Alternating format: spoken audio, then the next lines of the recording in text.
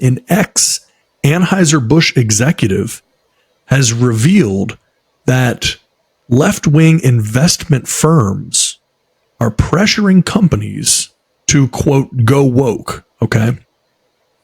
So I'll give you kind of the rundown here. Woke governance has sent profits spiraling at companies like Anheuser Busch and Target, but it often begins with lefty investment firms pressuring them to push products their way, an ex-top Anheuser Busch executive said. So this all happened on Fox News. A gentleman named Anson Frericks said behind the scenes politicking from firms like New York-based Blackrock and Pennsylvania-based Vanguard spur many of the controversial decisions sparking nationwide boycotts from longtime conservative customers. So we all know about the Bud Light thing with Dylan Mulvaney and everything, but he's saying that BlackRock, Vanguard, and companies like State Street, they manage about $20 trillion in capital, and they use their clout to promote agenda politics being pushed on them by progressive lawmakers overseeing government pension funds that the companies profit from. Okay, so that's a whole lot of words, right? So let's boil it down to a much, much simpler way. So you have these companies, and then you have major investment companies like BlackRock and State Street and all of these. And they will buy up massive amounts of companies' stock for use in their pension funds because they manage pension funds for cities and, massive corporations and all kinds of things. And so those banks are being pressured by lawmakers to want these liberal things happening. And so they are then pressuring companies like Nike and Target and Anheuser Busch and all of these to start putting out more kind of leftist things before they're willing to basically invest in them. And so they're doing that because they look at it and go, okay, yeah, maybe I'm going to lose some business, but the business I'm losing may be nothing in comparison to the business I'm gaining if I'm getting BlackRock to purchase, $8 billion worth of stock. That's going to more than make up for it. Yeah. I don't know. That seems like a lot there. A lot to unravel. It's a lot to unravel. The only thing that I thought was because this is a former Anheuser Busch executive, it does carry a little bit more weight, I think, than just a random person, with a conspiracy theory. Yeah, I don't think you're wrong. Wisey former, I suppose, would be one of the things. But right. Something you said, though, there's 3 companies, major companies out there, investment firms, managing $20 trillion in capital. 3. Yes. Is that insane or what? Scary insane. Like that is nuts that 3 companies trillion. Like that could control $20 trillion worth of people's money. And at any point, incredible. Man. We always talk about going down this conspiracy theorist road, but man, it just so. Why are you listening to progressive lawmakers? What you have? I don't know. I don't really get what the point is, unless the point would be because clearly, even people that wouldn't consider themselves, conservative or even, far right, middle right, whatever. Even there's a lot of those people that are like, yeah, we still don't want this. There's Twitter things, gays against groomers, right? So they're folks that are gay. Yeah. And there was actually a thing that came out today about that, where Jordan Peterson, I don't know exactly what Jordan Peterson does. I find him fascinating, but I'm not quite sure interesting character. Exactly who he is or what he does, but I still find him fascinating to listen to. But he went on to say that 80% of the people that become, trans or have this would have ended up being gay. So it's almost like they're trying to push out the gay agenda. So it was an interesting take. I don't necessarily agree with it, but like there's a lot of people that don't want these things to be pushed, and clearly a lot of people don't because of the way that all these companies are losing this money. So it's just weird. So it's almost like you would want, lawmakers are wanting it to be pushed to make companies go broke. Like they have to know that this stuff doesn't work. Yeah. So what else would be the point? Again, there's a rabbit hole you go down that I'm not sure I'm willing to take, but yeah, it just, well, one of the things they say here, let me give you an example, because this, again, just to be clear, what we're talking about, this isn't all about gay and trans stuff either, right? So just leftist things, so and progressive things. So let me give you an example. One of the firms that we're talking about, State Street, BlackRock, Vanguard, one of those firms manages California's pension fund, the whole state of California. That pension fund is the largest pension fund in the country.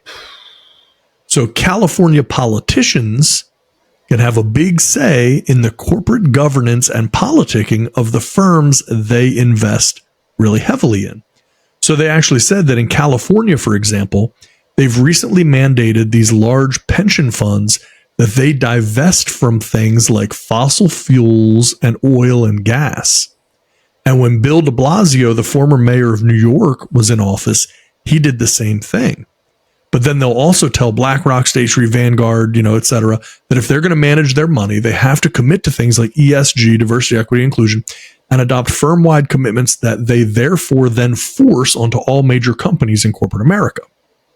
So a lot of stuff being said there, but essentially it's not just about gay and trans stuff. It's just in general, what you end up with is California politics being pushed on to corporations by virtue of California politics influencing Vanguard, BlackRock, State Street, Vanguard, BlackRock, State Street influencing everything else.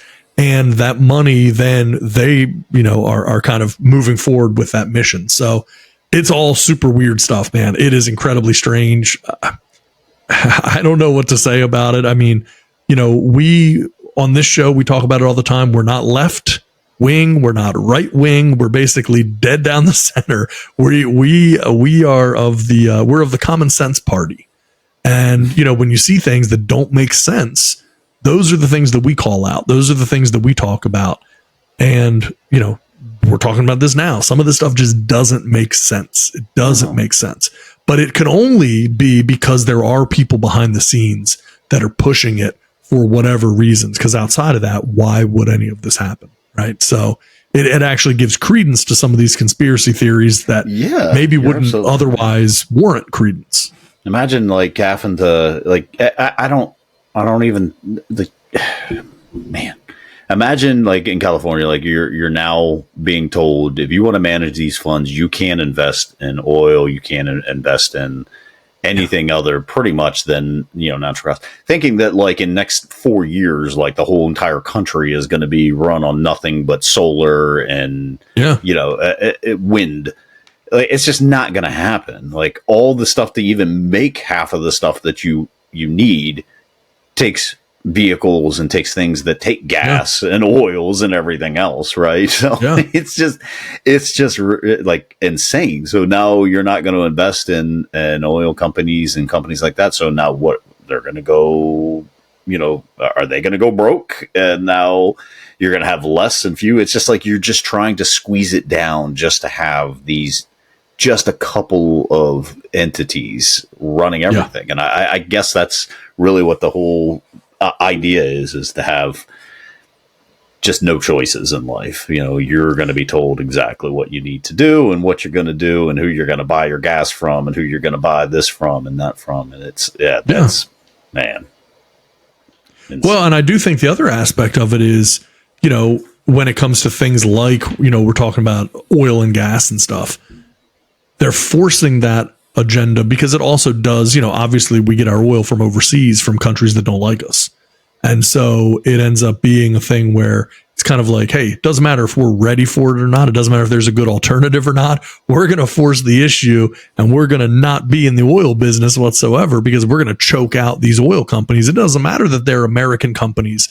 They're getting the oil. Much of it, obviously, we get from overseas.